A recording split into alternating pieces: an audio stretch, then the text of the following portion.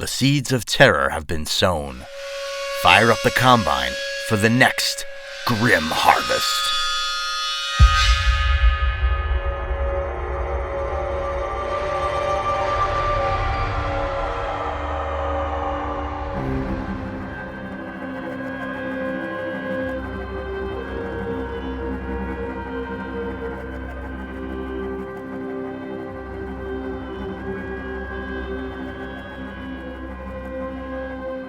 Mrs. Blackmoore, Part 3, Loose Lips Sink Ships.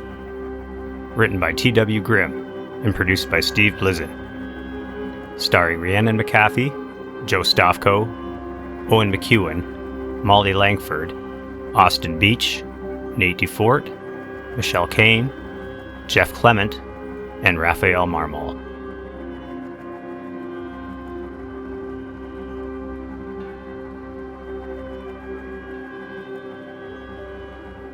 Mariana shaded her eyes and frowned at her phone in the bright morning sunshine.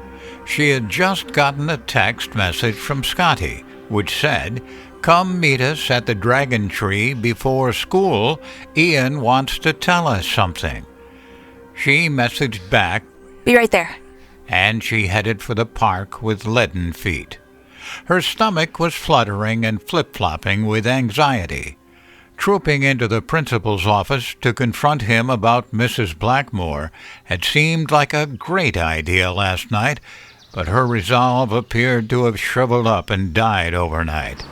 The absolute last thing she wanted to do was step foot inside the school.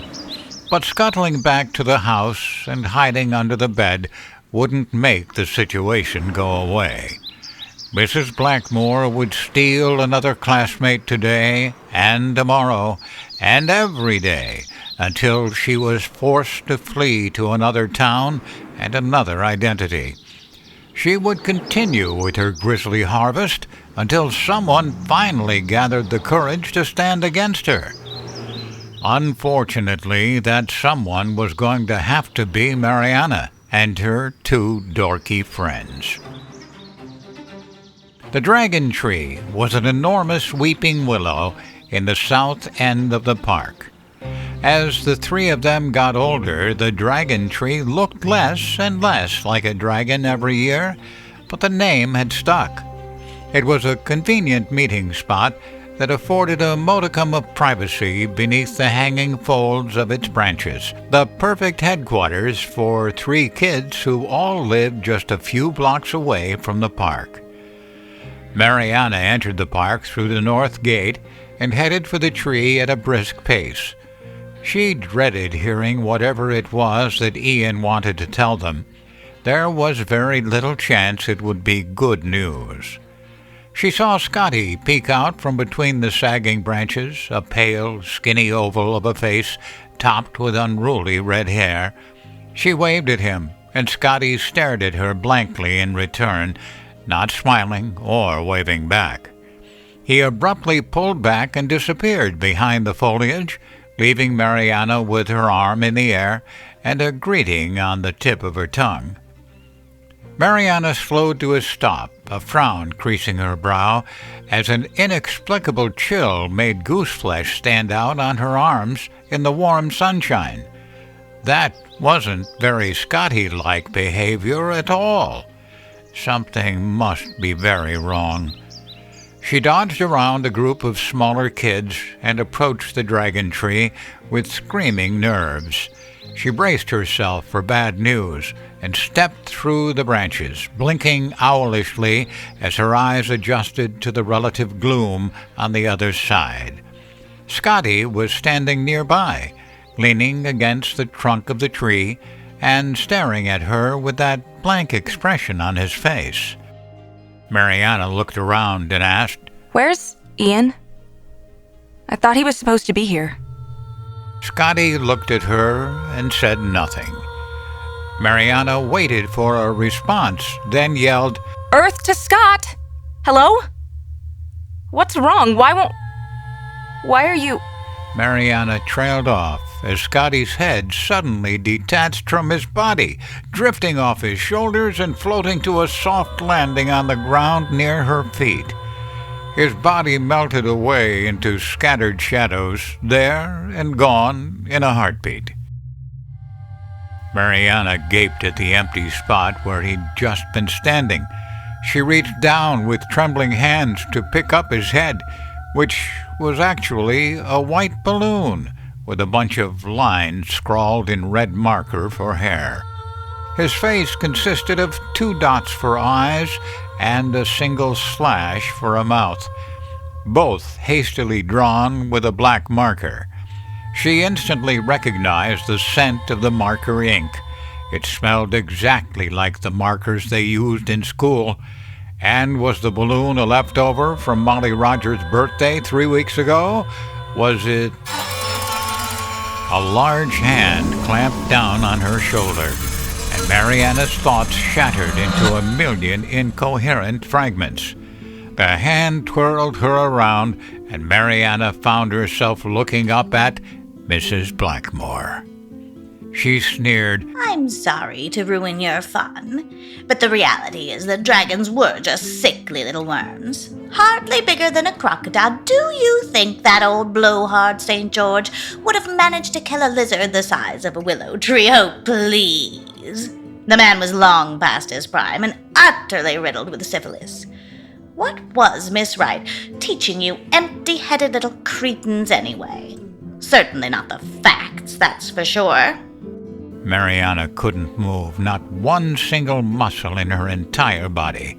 She could only look on helplessly from the windows of her eye sockets, a prisoner in her own body. "Still, you're a great deal brighter than most of the others, aren't you?" she crooned. "Your mind, your spark, so bright. Mercy, yes. Such a fine addition to my collection." Mariana was trying to scream, but her throat was locked up tighter than a bank vault, and her tongue was pinned to the roof of her mouth. All she could manage was a low, burbling groan that was lost beneath the noisy background of morning traffic, tittering songbirds, and streams of laughing children who were cutting through the park on their way to school. Mrs. Blackmoore gave her a curdled smile and a knowing nod. "Oh, the bad ones always kick up a fuss when it's time to go in the bag. They try to scream and run, and every once in a while, in a blue moon, one of you horrible little brats gets away from me." Mrs. Blackmoore leaned in close, her eyes glinting with dull flickers of red and green in the gloom, and she growled, "But rest assured, dearie, it's never for long. I'll get your friends, too, both of them, and into the bag they'll go, brat, just like you." Mrs. Blackmoore held up her bag, its leering zipper of a mouth gaping wide in anticipation. Mariana heard a distant cacophony of countless souls, all of them lost and wailing in the dark. The substitute grabbed her by the back of her neck and grunted, "Get in there, bright one. Get into your new... Ow!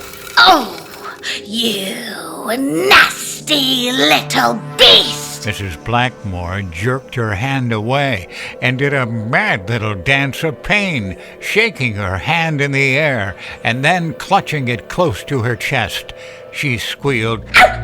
Ow! Take it off right now and get in the bag!" Mariana touched her necklace, a simple chain made of silver, and she pulled it out of her shirt. Holding it out in front of her like a cross in a vampire movie, Mariana began to advance on Mrs. Blackmoore, who fell back with a frightened snarl on her lips. She grunted, "You don't like this much, do you?" And Mrs. Blackmoore violently shook her head no. Oh, it burns. Hateful silver, I'll tear off your ears for doing that. There was a dull thud. and Mrs. Blackmoore fell to her knees, clutching the back of her head with a startled squawk of pain. Ian was standing behind her, raising a second large rock above his head, with his lips twisted in a desperate grimace. He brought it down with all the force he could muster, and Mrs. Blackmoore fell onto her face in the dirt.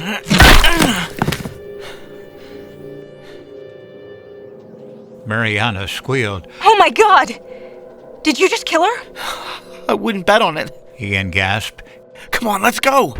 They fled into the sunlight, the soles of their sneakers slapping the pavement in a frantic rhythm as they ran for their lives. Behind them, Mrs. Blackmoore crawled out from beneath the dragon tree and screeched, Go ahead, run as fast as you can, I'll find you! Ian said, Call Scotty! and he put on a burst of speed. Mariana pulled out her phone and dialed Scotty's cell number, still running as she held her phone to her ear. She listened to it ring on the other end and panted, Answer your phone, idiot! Answer your stupid phone! Come on, she's coming!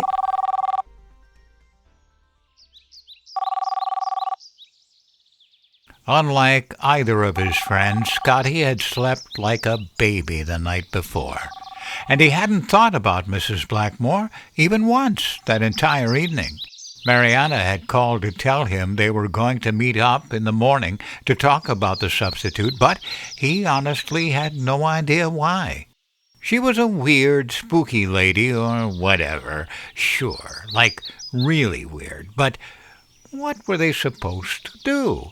Call the weird lady police and have her tossed into weird lady jail? Well, they didn't have any evidence that she'd done anything wrong, for crying out loud. For someone that was supposed to be smart, Mariana could be awfully dumb. Scotty was honestly more concerned about Ian. The poor guy almost walked into traffic like a zombie, and he didn't even take the bait for Scotty's joke last night. Obviously, the boy wasn't feeling right in the head, because that joke was frigging mint. Why, anyone could have seen that, even a humorless ass monkey like Ian. Scotty ate his usual breakfast that morning, a mixing bowl of Count Chocula cereal, and he bounced out of the front door with his customary manic zest for life. He was supposed to meet Mariana and Ian at the front entrance before school started, but he was already thinking that maybe he'd just dodge into the side door and catch up with them at recess. Maybe old Mrs. Blackmoore wouldn't even be there today. Who knows? She was a substitute. They came and went like the tides. Scotty rounded the corner and nimbly dodged around a cranky-looking man with a slight limp. He had two small kids trailing behind him, both with sullen expressions that spoke of a recent yelling from dear old Dad. The man looked back at Scotty and snarled, "Watch out! I'm not in the mood right now, buddy." Scotty shot back, Yeah, that's what your wife says, buddy. and skittered away from the onslaught of righteous indignation that followed. When he was a safe distance away, Scotty looked back and hollered, Stop trying to touch my bathing suit areas. What the hell, dude? The man flushed as red as a beet and hurried on his way. Scotty crossed the street, chuckling at his own sharp wit, and then something unusual caught his ear. He stopped to listen, his smile fading a bit, and he heard it again. The tiny ring of a tarnished old bell floated through the mild spring air. A moment later, Mrs. Blackmoore came rolling into view on an old-fashioned penny-farthing bicycle. Scotty scrambled behind a mailbox and watched in slack-jawed shock as she zipped past on her comical bicycle and rolled down the street. She was wearing leather driving gloves and a pair of aviator goggles. The hem of her dress snapped and fluttered behind her as she pumped the pedals with her square-toed boots, grinning her ferocious grin as she rang the bell with childish glee. she thundered. "Excuse me, sir," and zoomed between Dad and his children with scant inches to spare on either side. They didn't even seem to notice. Her towering bicycle growled at them with the whirring of its spokes, an unpredictable beast on wheels. Mrs. Blackmoore pedaled around the man and his children in looping circles as they marched out of view, cawing mad laughter and ringing the bell. She cried, "Has anyone seen a red-headed boy walk past here by any chance? He's a very bad boy, you know. He and his friends are all nasty, horrible little tattletales." The man and his children kept walking. None of them showed any reaction at all to this bizarre spectacle, not so much as a puzzled glance over their shoulders.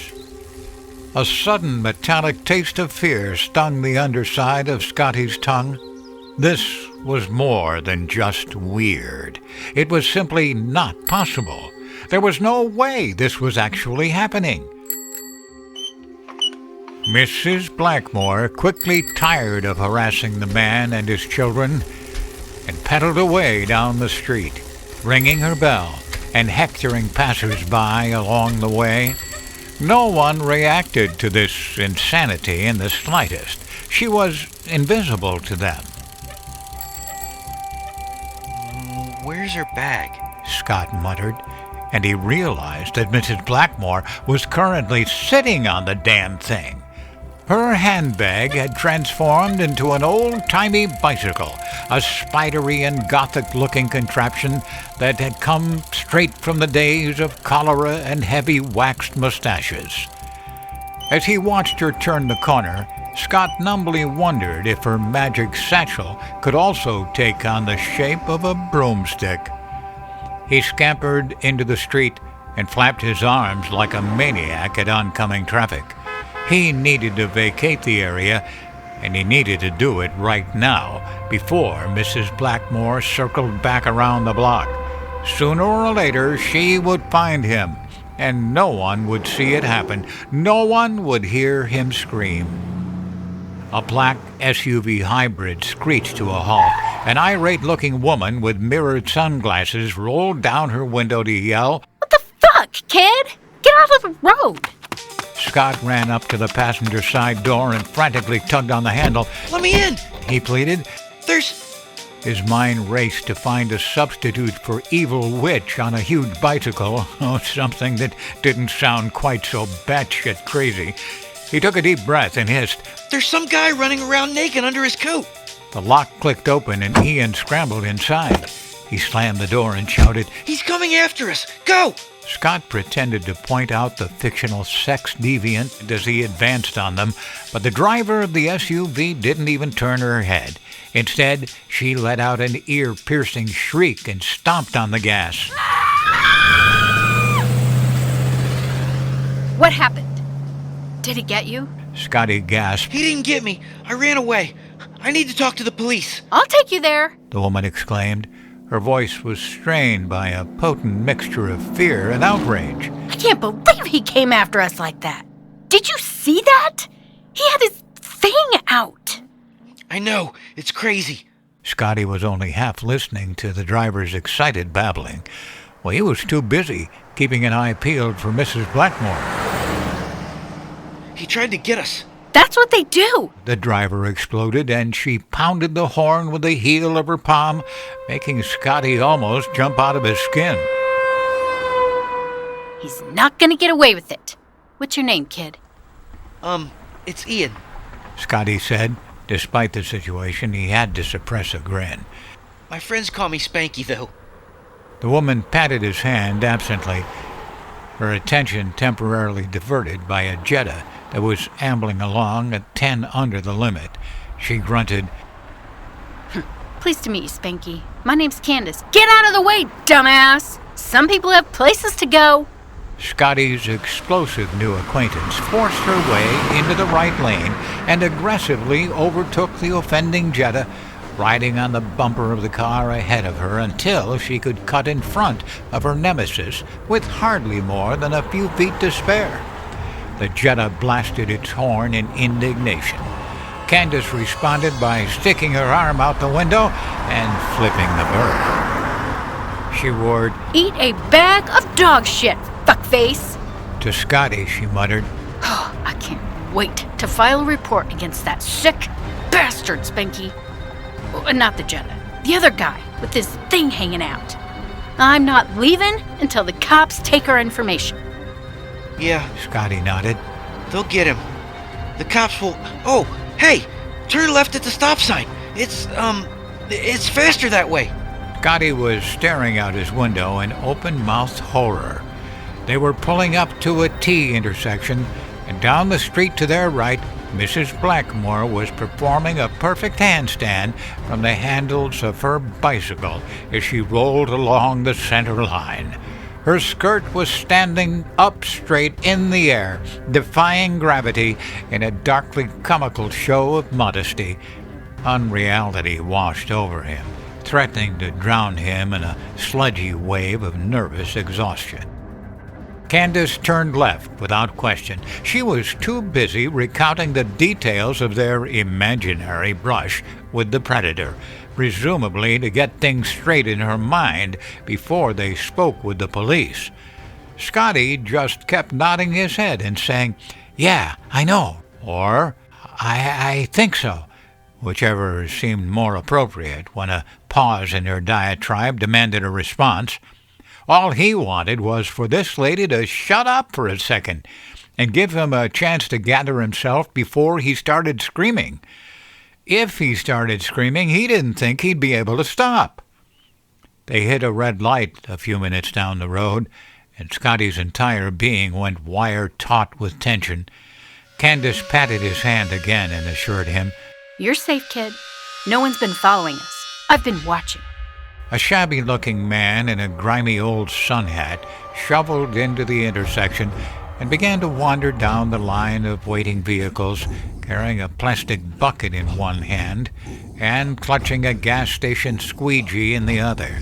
Scotty watched his progress with narrowed eyes. Oh, one of these people. You better not touch my truck. No, thank you. The man lurched up to the SUV and motioned at the windshield with his squeegee. Candace answered with a sharp blast of her horn. He flinched in surprise and slouched away, clearly mouthing, "Fuck you too, lady," at her through the window as he shambled out of view. Scotty's phone started vibrating in his pocket. It was Mariana, and she sounded out of breath. Where the heck are you? Listen, plans have changed. We're not meeting at school anymore. She's after us. We're going straight to the police. Already on my way. Scotty snapped back at her. I had to flag down some lady in her truck to get away. She's taking me to the police station right now. Who's that? Candace demanded. Was that perv bothering someone else, too? Oh, speaking of bothering, that bum is coming back. He can just stay the hell away from my truck. Candace was glaring daggers into her side view mirror, her upper lip curling in disgust. She unrolled her window and bellowed, The fucking light is about to change, asshole. There was a blur of movement outside, and Candace's head jerked back from the force of a tremendous blow. Whunk! Her eyes rolled back and she fell forward against the steering wheel, blood pouring from a deep indent in her forehead. Scotty flinched back against the passenger door and let out a high-pitched scream. Mrs. Blackmoore leered at him triumphantly through the driver's side window, the homeless man's sun hat cocked on her head at a rakish angle. His grimy bucket had been replaced by her handbag. She reached through the window and stabbed the door lock button with a blunt fingertip. Clunk! Well, hello, young man. He boomed with homicidal good cheer. It's time to get in the bag, my boy. Hop in. Scotty threw open his door and hit the pavement running. The heavy clunking of Mrs. Blackmore's boots drew even closer as he sprinted for the nearest escape route, a low wooden fence that bordered someone's backyard. He vaulted over it with the grace of an Olympic gymnast and dashed through an obstacle course of rusting tricycles and fading plastic toys. Behind him was an explosive crack, and Mrs. Blackmoore burst through the fence like a bulldozer, sending a shower of splinters and chunks of lumber flying through the air. She bellowed, "There's nowhere to run, brat!" and Scotty wailed in terror. He scampered through a series of newly planted flower beds in the front yard and blindly ran into the street. He charged across the path of a full-size cargo van and narrowly missed getting plowed over by 3 windmilling steps. Behind him there was a tremendous bang, and the driver locked up the brakes, sliding to a screeching halt in the middle of the street. The shaken driver leaped out of the van and bellowed, "Hey, kid, y'all just throw something at my van, you little piece of shit." Scotty didn't spare any breath to answer him. He ran another 4 blocks before he staggered to a halt in front of a variety store. His lungs burned like fire in his chest. He couldn't run anymore. He had to hide. It was going to take a lot more than getting hit by a cargo van to stop Mrs. Blackmoore. A lot more.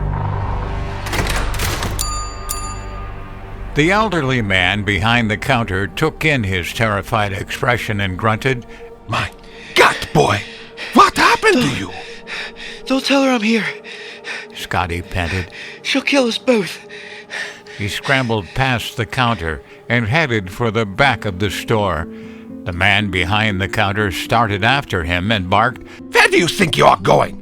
You, boy, come back here." Scotty whirled to face him and hollered, Listen to me. A lady's gonna walk in here any minute now, okay? A tall lady wearing black. Don't tell her I'm here. If you do, she'll kill us both. I'm not kidding, mister. I'm sorry I'm yelling, but this is not a joke. The clerk stopped in his tracks, stunned into uncertainty by the sheer panic in his voice. Faintly, he asked, "What is this again?" There was no time to make up a story on the fly. Not this time. The elderly gent in the forest green trousers was simply going to have to swallow the truth. She might look like someone else. Scotty croaked. His voice was raspy and dry. She can wear something that belongs to them and she'll look exactly like them. She can make herself invisible. She can do a lot of things, mister. You won't be able to stop her. Slowly, the old man asked, "And why would this woman be chasing you?" Scotty almost said, "Because I'm a tattletale," and he burped up an unsteady little giggle. She calls herself Mrs. Blackmoore, but I doubt that's her real name. She's chasing me, but because I know the truth about her. She steals people, mostly kids. She puts them in her handbag. "You're pulling my leg, boy." The clerk grunted. "This is nonsense. What happened to you? Tell me the truth." Scotty stomped his foot and yelled, This lady is going to kill you. She'll rip you apart and she'll do something even worse to me. You have to hide me somewhere until she's gone. Please, she's coming. The old man gawked at him through the thick square lenses of his glasses, and after a stunned moment of silence he said, "Go in the broom closet. The last door in the back. There is nothing to steal in there." Scotty was already closing the door of the broom closet behind him. The clerk rapped lightly on the other side and told him, "I will wait 15 minutes before I call the police. Not 1 second longer." Scotty croaked. She'll be here any minute. Don't say a word. Before long, Scotty heard the muted ding of a bell as someone came into the store. The clerk's soft-soled shoes whispered across the faded tile as he huffed his way back to the counter. Scotty held his breath and listened. "Yes, how can I help you?" A husky voice drawled, "Can I ask y'all something, sir?" and Scotty bit down on a scream. It was the driver of the cargo van. He recognized his voice. But was it really the driver? He doubted it. He doubted it very much. "I'm looking for my son. Me and him had it out this morning and he took off running. I'm worried sick about him. Have you seen him?" Scotty crowded into the very farthest corner of the little closet, standing in the mop sink and hugging himself as tightly as he could. Don't tell her. Come on, ma'am, please don't tell her. Slowly, the clerk said, Your son. What does he look like? Scotty forced himself to peek through the crack between the door and the frame. He saw Mrs. Blackmoore standing in front of the counter. She was stuffed into a pair of blue overalls. The arms and legs were both several inches too short for her, exposing pale, veiny wrists and shins. They looked a lot like the overalls the van driver had been wearing. They were covered in large, irregular patches of maroon that appeared to be bloodstains. The trusty handbag dangled from her hand like a kitten being carried by the scruff of its neck. Her bag appeared to be frowning at this undignified treatment. My son is about this tall, and he's got bright red hair. He might look kinda banged up. I smacked him for cursing his mother. That's why he ran off. Mrs. Blackmoore shook her head in mock sadness. He was always a good kid, you know. A real good kid. I'm worried it might be drugs. Scotty's gaze flickered to the convex mirror mounted in an upper corner of the room, and he did a double-take. In the mirror, Mrs. Blackmoore appeared to be a burly man in his 40s, heavily bearded, with a touch of gray in his hair. The coveralls he was wearing were free of rips and clotted splotches of drying blood. The handbag was a stainless steel lunch pail. He thought, I can see her because she doesn't know that I'm looking. The old man cleared his throat and said, I apologize, sir, but I cannot help you. Scotty felt his knees go weak in relief. Thank you. Oh my God, thank you. I have not seen your son, The old man continued. but if I do, who should I contact? Mrs. Blackmoore held up a finger to silence him, her face suddenly alert. She sniffed the air like a dog that's caught an interesting scent, her nostrils flaring as she skinned her lips back from her teeth. No, you've seen him, you filthy old liar. She sighed. He's been in here. I can smell him. Scotty's stomach dropped into his shoes. Of course she could smell him. Why not? She was a predator, wasn't she? The old man took a step back from his side of the counter, his polite smile frozen on his face. He sputtered, What is this? I can smell him. Mrs. Blackmoore repeated. He stinks like a nasty little troublemaker. She seized the front of the coveralls and tore them away with one quick, hard jerk of her arms. Rip! She threw them aside and crowded close to the counter, a monolithic figure draped in flowing sheaves of black. The clerk stared up at her darkly gleeful face with eyes like saucers. He rasped, Gott im Himmel! and Mrs. Blackmoore pantomimed a boring yawn. No one's seen him since Moses. I don't think he comes around much anymore. The old man stammered, Bist du ein Hex? and Mrs. Blackmore's ill-tempered smirk melted into a frown. She plopped her bag on top of the lottery ticket display and planted her hands on her hips. Mercy! That's an offensive slur, Mr. Gruber. I'll have you know I am not in league with the devil. As far as I can tell, the devil doesn't even exist. I'm just in tune with the natural world around us, that's all. It just so happens that your definition of the natural world is a lot different than mine. The clerk looked completely shocked. He whispered, How do you know my real name? Mute as rock, blind as stone, and rooted where you stand. she chanted, and the clerk ceased to function. It was as if he'd been turned off with a switch. He was alive and animated one second, a motionless mannequin the second. Mrs. Blackmoore turned her back on him and sniffed the air again. She smiled. I know you're in here, boy. She called out. Once again. You've put me in a very difficult position. I can't allow this man to live. can I? His death will rest on your soul, my child, not mine. Oh, and poor Candace. She may have been a quarrelsome scold, but she didn't deserve to go out like that. Mrs. Blackmoore clicked her tongue in scorn. If it wasn't for you, she would still be alive. Do you see now? Do you see why you must follow the rules? Loose lips sink ships. Scotty thought, and tears started to leak down his cheeks. You can't hide from me, child, she called out. I was once forced to serve as a bloodhound for an Irish warrior king. It's been a long time, but I assure you I can still track a scent. Mrs. Blackmoore began to literally follow her nose, snuffling at the air as she shuffled to the back of the store. She dropped to her hands and knees in front of the cold case, sniffing at the floor as she grinned through her hair. The king would offer condemned criminals a choice.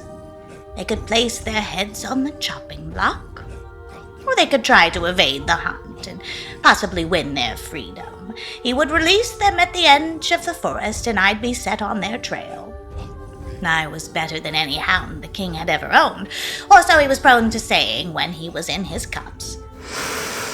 For 18 miserable years, I led the hunt with my nose in the dirt and my robes dragging through the dead leaves. I ate scraps from the bastard's supper table and slept in a kennel.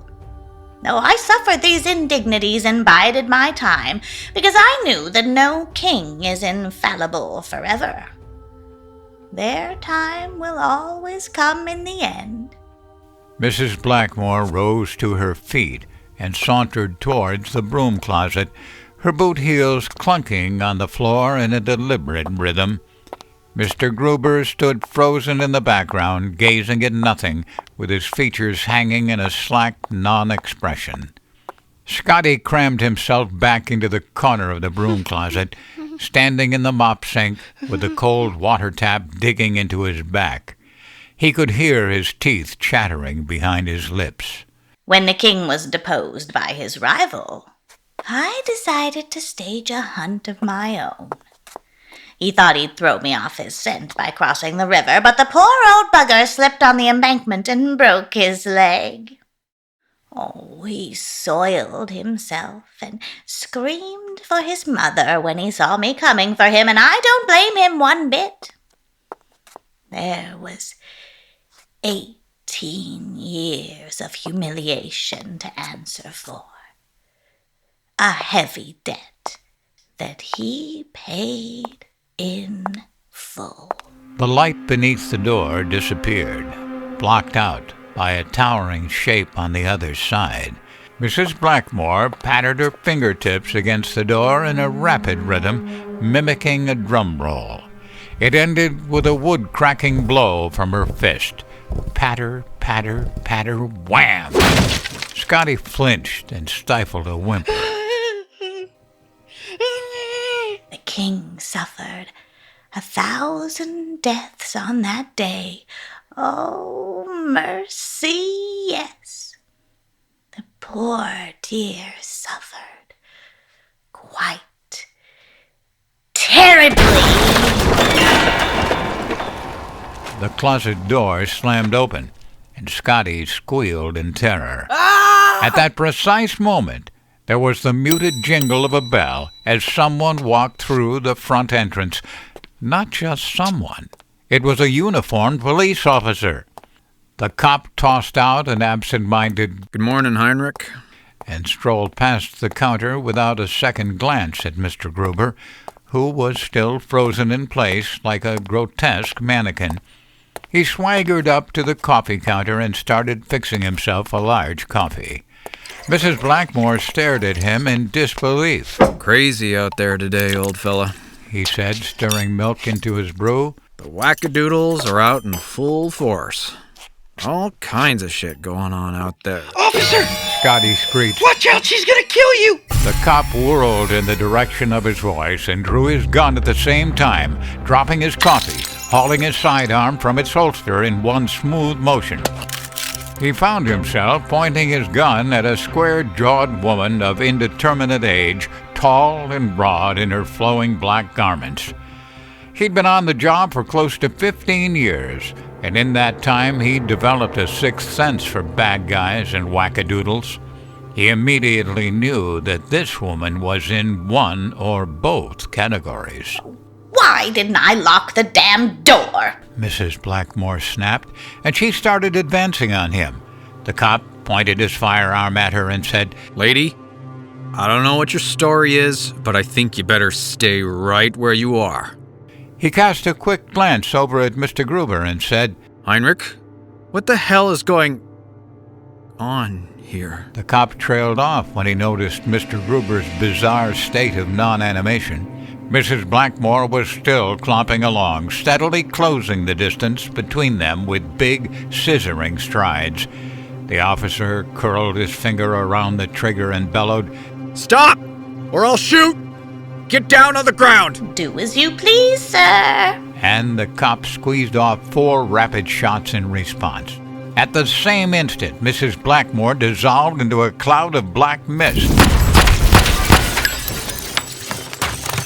The shots hit the cold case with an explosion of glass and a rainbow of fizzing liquids. As fragments of glass and carbonated sugar water rained onto the floor, the mist shot forward in a rolling wave, and in the blink of an eye it resolved as Mrs. Blackmoore. She yelled, Gotcha, flatfoot! And seized the hulking cop's forearm. She folded it backwards at the elbow. Snap! And the cop let loose a quavering, high-pitched scream. The gun dropped from his nerveless hand, and he whirled for the door, his broken arm flopping uselessly at his side. The substitute crackled mad laughter and hammered him with a brutal punch in the kidney. The cop's scream was abruptly cut off by a strangled grunt. He dropped into the fetal position and writhed on the floor. Mrs. Blackmoore tutted at the cop in a disappointed tone and pinned him with a boot heel in his throat. He gagged and yanked at her foot with his good hand, his legs kicking spastically as he struggled to escape. She threw her hands up in exasperation and called out, Look! Do you see, Scott? Do you see what you've made me do, you nasty little brat? This is very inconsiderate. Killing everyone in the whole damn town is not how you live to see your 6,000th birthday. Strangling beneath the unyielding pressure on his throat, the cop gasped, Get off my neck! Mrs. Blackmoore ignored him. She summoned Scotty to come out of his hiding place with a lazy twitch of her finger, a school marm preparing to mete out corporal punishment against a defiant pupil. Her eyes flashed a blazing scarlet, and she snarled, You should have been crushed beneath the wheels of that van, my boy. It would have been merciful compared to what I have in store for you. She twisted her foot with a grinding motion. Crack. And the cop abruptly went limp.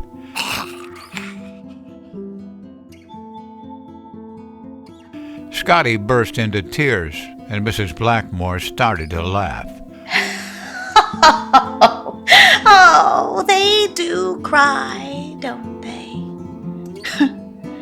They do cry when the end is near.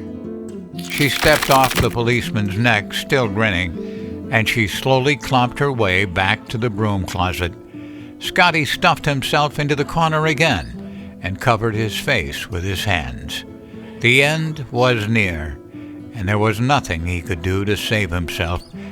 It was time to get in the bag.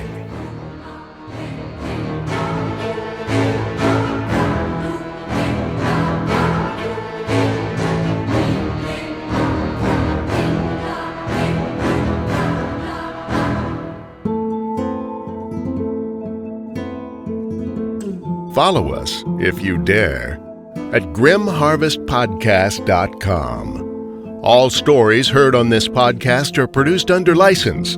No portion of this content can be rebroadcast or distributed without the express prior written consent from the story's author.